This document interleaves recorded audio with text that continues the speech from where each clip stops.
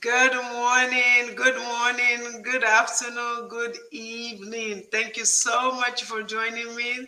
Thank you for watching always. I appreciate your time.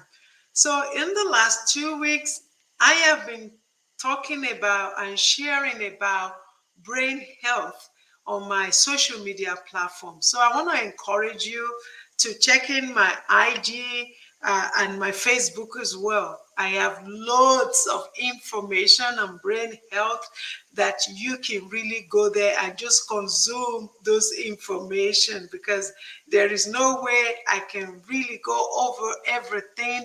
But the reason for this short video is the highlight. I just want to highlight some of the key points that I've been posting in the last 2 weeks about brain health, particularly focusing on Alzheimer's disease, which is the most popular form of dementia, right? And I know people, maybe you do as well.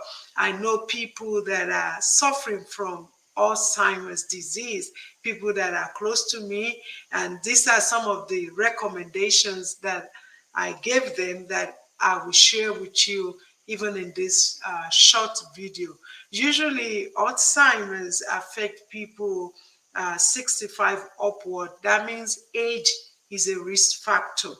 But also, we have seen early onset of this disease in people as young as 30, between 30 to 60, right? Other risk factors are genetics, family history, also lifestyle choices are part of these. So I want to speak, and that's what I've been sharing. I want to speak to the lifestyle choices, things we can start to do to maintain our brain health. And if you are doing them already, just continue to do them.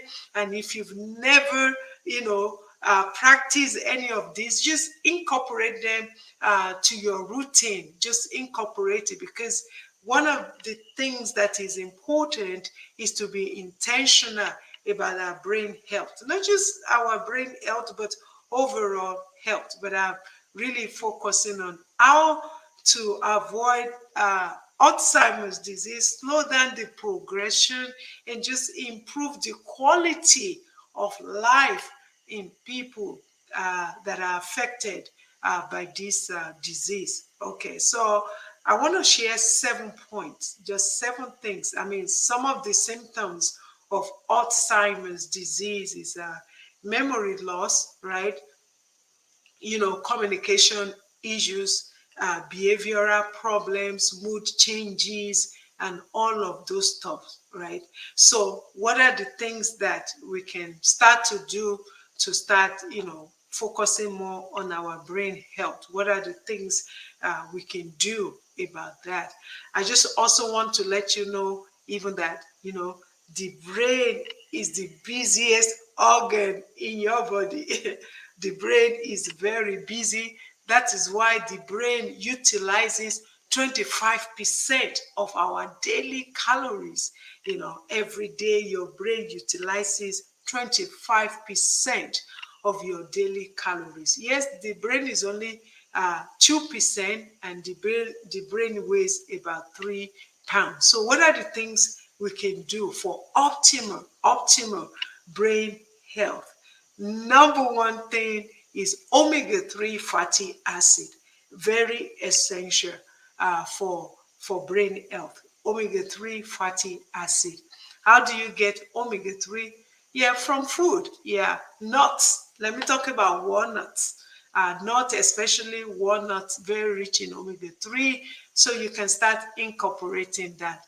Yeah, omega-3 fish oil. So from eating fish, maybe 3 to 4 times every week, salmon, sardine, you can get your omega-3 like that, or fish oil. But if you are like, I don't like the smell of fish, I don't like fish oil, they're not a great addition to your diet, especially walnut, flaxseed as well. So anything that contains omega-3 fatty acid are really essential for the brain because they are the building blocks. So they're very essential for optimal brain health. So that is number one. Number two is olive oil, whether it's extra virgin olive oil or just olive oil, is very good for the brain. I read a study recently.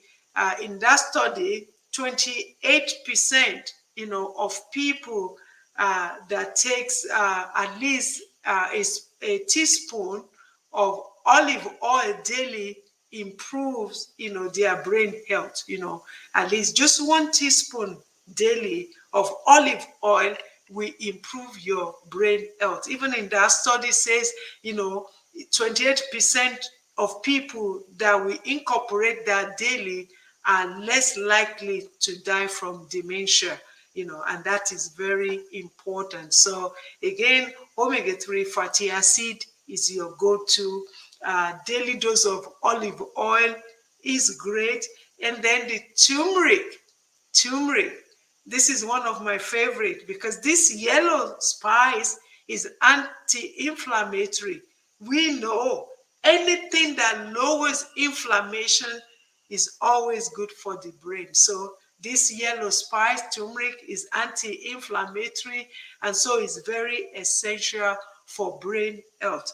I remember way back in 2014, and that is still true today, that people in Asia, they have the lowest rate of Alzheimer's disease, and this is credited to their daily intake of this yellow spice turmeric.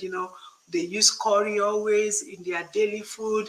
They eat curry, and even today, I mean, turmeric, you have them now in capsules, and so you have different ways to incorporate turmeric into your daily diet. You can use the capsule. I like the grounded one, so I use the one that is already grounded.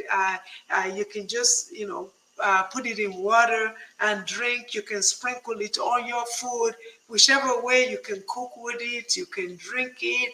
And so there's so many ways you can incorporate turmeric into your diet. So omega-3 fatty acid, essential for brain health.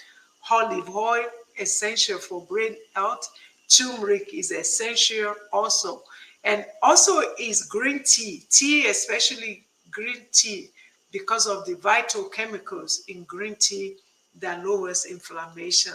Again, anything that lowers inflammation is always good for brain health. So 2-3 cups of green tea daily will do you good. So you want to incorporate green tea daily for brain health. So apart from green tea, is also dark chocolate.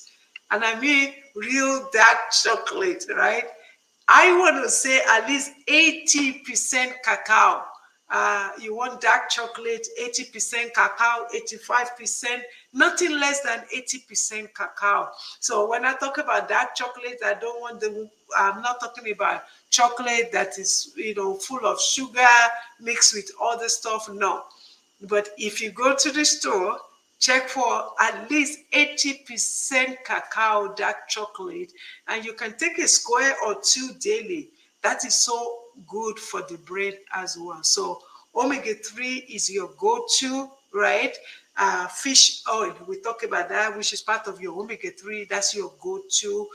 Green tea is great. Turmeric is great. Olive oil is also great for brain health. Apart from that, dark chocolate, what else can you do? Eggs as well, because of choline. Choline is part of the B vitamins, right? This is so essential for brain health and also for nervous system. Yes, your liver produces a little of the choline that is needed for good health, but also eggs are a great source for choline as well, because they're very rich in B vitamins. Every other choline that you get, they're usually from your food.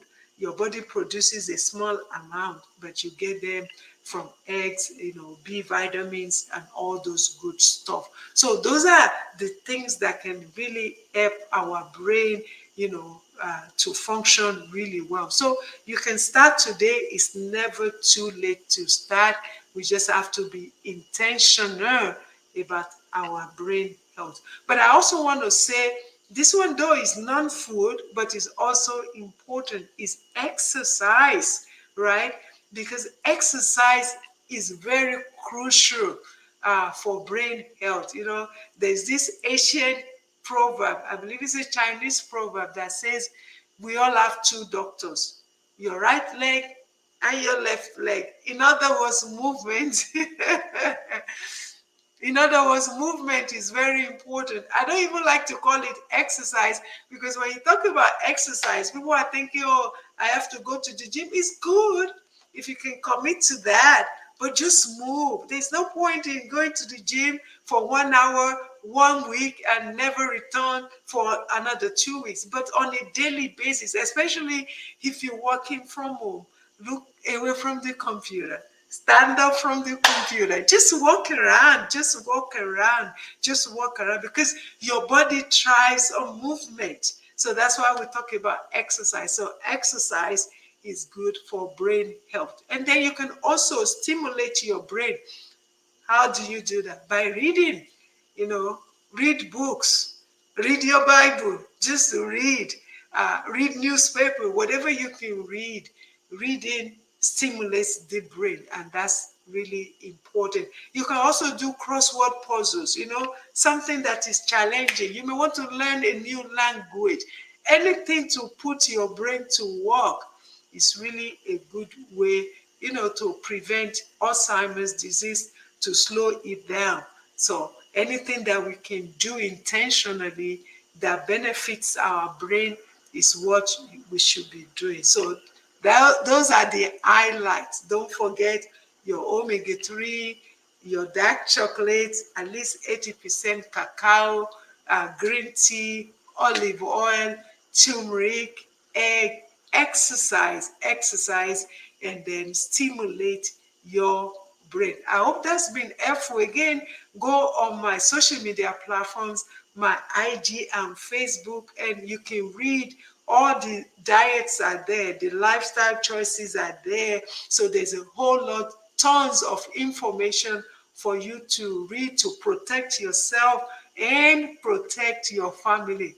I always like to say prevention is always better than cure. So it is never too late to start. You can start today incorporating all of those things on a daily basis for your brain health. And if you have any question, just reach out to me on my IG or on my Facebook platform.